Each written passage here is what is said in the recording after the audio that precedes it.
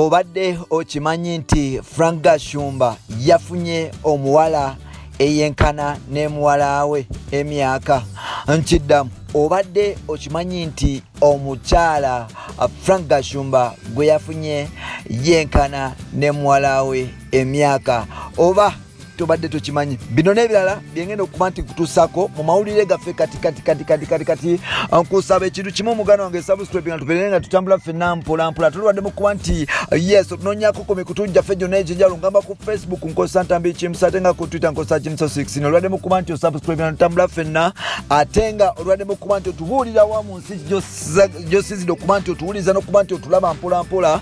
Muganda waffe ne tuba nti yes tutambula ffenna, pick up on yourself okuba nti yes weekomera wano n'okuba nti yes oli wankiza omubala okuba nti weekomera wano ne tukutuusaako amawulire ate nawe n'ogatambuza batali babadde tebagamanyi nabo ne bagafuna, era nga nawe wafuuka munnamawulire. Naawo emyaka gibadde mingi ng'omukulu amanyikiddwa nga Frank Gashumba obuwolo bumuluma n'okuba nti yeebuzaabuza nga musajja wattu emmese tagikubira ddala, era nga kitegeeza okuba nti mbu n'obusibwa bw'omubiri gwe bwali bwazibikira kuva bukyanga mama wa Sheila Gashumba asala okuba nti atambula mu bulamu. Sheila Gashumba yes okuba nti atambula mu musajja mukulu amanyikiddwa nga Frank Gashumba abadde obulamu bwa malanga alisinga, ekyaleetera okubantu okuba nti beewaliikirira n'emikwano gy'okuba nti yes gyewaliikirira nga gigamba oba oliawo omusajja ono alina ekikyamu ekyamutuukako. Kumbe omusajja ono yali atakinga time mu kuba nti omusajja ono yeebuzaabuza, yali nnyo biseera ebisinga nga bimalira ku muwala we n'okuba nti amukuuza mpolampola because muwala we kyekimu ku kintu kye yali asinga okuba nti ayagala mpolampola. Then Frank Gashumba mpolampola mu kuba nti yes amala okuba nti akuuza muwala we yasooka n'aba nti amukubako ekibaati n'amulaga nti ku myaka 24 gy'awezezza asobola okuba nti afuna omusajja, era nabwatyo ku myaka yes ssaawa 24 naye nga ate asobola okutambulamu ng'alina emyaka 22. Yes Sheila Gashumba asobola okuba nti atambulamu okuva kitaawe ku myaka 22 n'afumbirwa abasajja ab'enjawulo mpolampola. Ku myaka 2 yasooka n'agenda bafiiki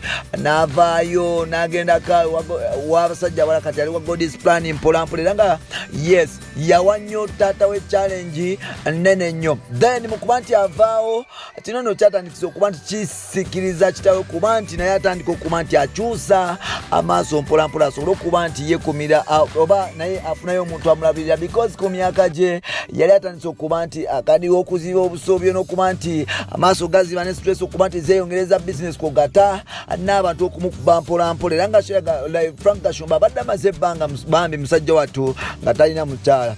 Bwe twogerera lwabadde recently musajja mukulu yavuddeyo n'atulaga omukyala, naye ng'omukyala ono gw'atulaga bannange wa myaka 24 yenkana ne muwala we. Ku myaka 4 Frank Gashumba yafunye omuwala wa myaka 24. Omuwala ono yenkana yes Sheila Gashumba, era nga abantu abasinga bagamba mbu Sheila abadde ensonga lwaki taata we yasazeewo kuba nti afuna omukyalo ono because abadde yamusomoza n'okuba nti yes nti afuna ebirowoozo eby'enjawulo.